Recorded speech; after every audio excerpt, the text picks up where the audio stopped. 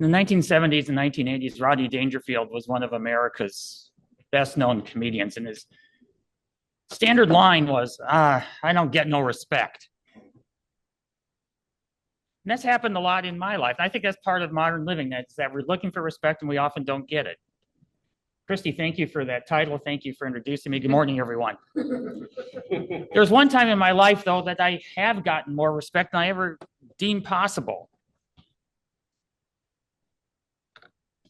And people have referred to this outline on how to do evaluations, and they've given me credit for it. It's actually not original with me. It is a 50-year-old Toastmaster outline as to how to do evaluations, what I heard, what I saw, what I felt.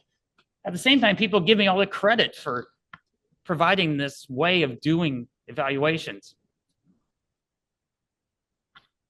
I did a speech in August of 2020 about evaluation. I thought it was time to go back and look at it again, see what I've learned, see what needs to be changed since then. And I'm going to talk about a couple ways that I've learned from that, between that speech and now, and then some ideas on how to do an effective evaluation.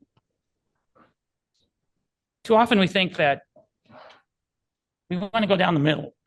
We don't want to go off onto either the left or the right. And kind of like this picture of what I think might be Augusta Golf Course for the Masters. And we often hear the commentators go, "Oh, Jim, that was a great shot. That is right down the middle of the fairway." But unfortunately, that's not, I think, where we want to be for an evaluation. I think a better metaphor on how to do an evaluation is looking at a battery.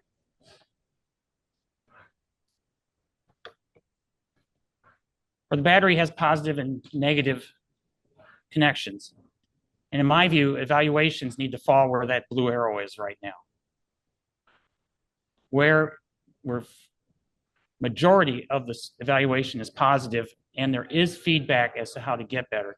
When I did the speech in 2020, I had been listening to a writer talking about the idea that all our feedback should be positive.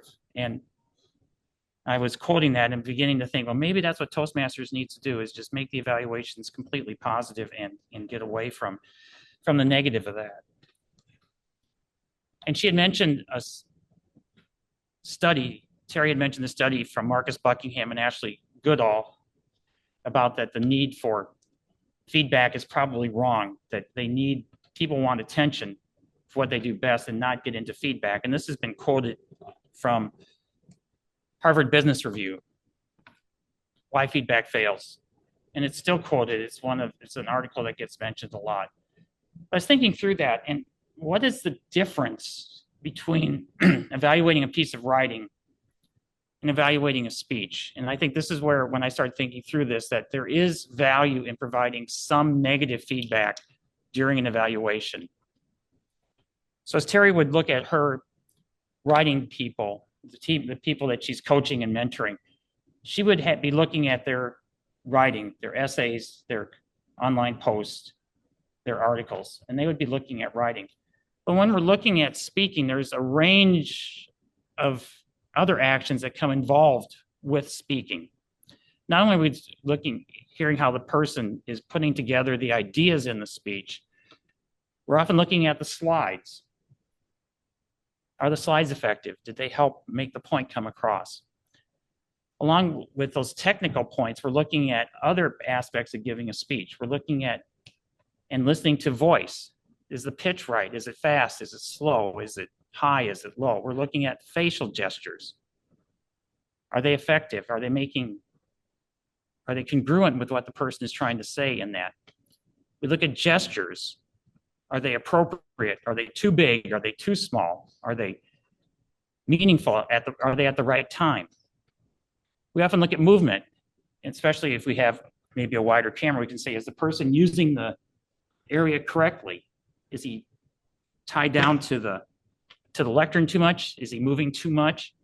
We're also looking at eye contact. Is the person making contact not only with the people in the room, but the people in the camera?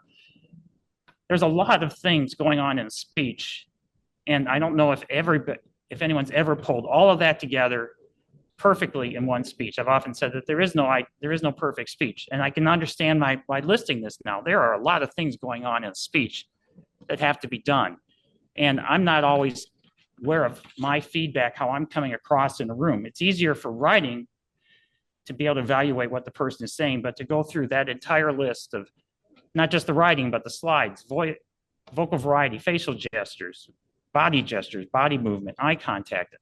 A speaker needs to get some feedback as to how that is going.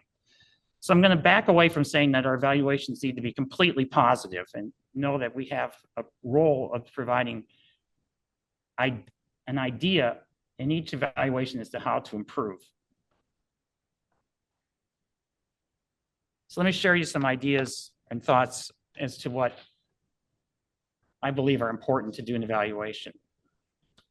For when people are doing pathway speeches, I think it's a great idea to get the evaluation form and the guidelines for the project to understand what's going on in the project, to know what the people who came up with the pathways curriculum are recommending for the speech. Plus it saves time because you don't have to come up with your own evaluation form. So I think there's value in looking at the evaluation form that comes as part of the Pathways project. And Clint Calvert, as we talked about here, God bless him. You know, Clint was an expert at evaluations. In fact, Clint has won a district-wide evaluation contest. And he often talked about that your evaluation really needs to be a speech. It needs an introduction, it needs a body, it needs a conclusion.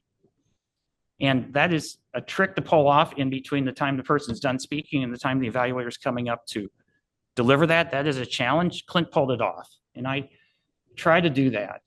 He recommends that you really should do your evaluation like a normal speech, intro, body, conclusion.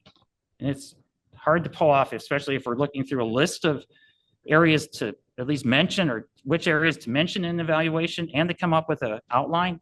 But I think it's effective to what he did. And Clint is really strong at this. It's important too that we provide encouragement throughout the evaluation. We're all looking for encouragement. Maybe respect, as Rodney Dangerfield would say, but we're also looking for encouragement. Regardless if we're a new speaker or an established speaker, we're looking for encouragement to what we're doing. This is probably one of my pet peeves here, the third point, in that I would really try to do first person language in my evaluation. I saw, I heard, and have a minimal amount of use of second person, maybe in the points that you could think about doing this, or you could look at this, or you could add this.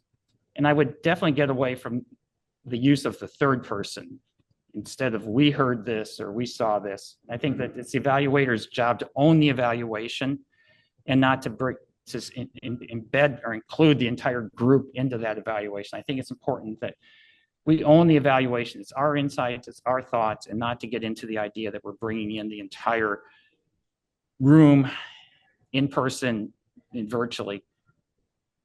So this is probably my pet peeve, and I'm not sure I've ever seen this in Toastmasters literature, but I would say that the more first person language I think is better to do the evaluation and to own that.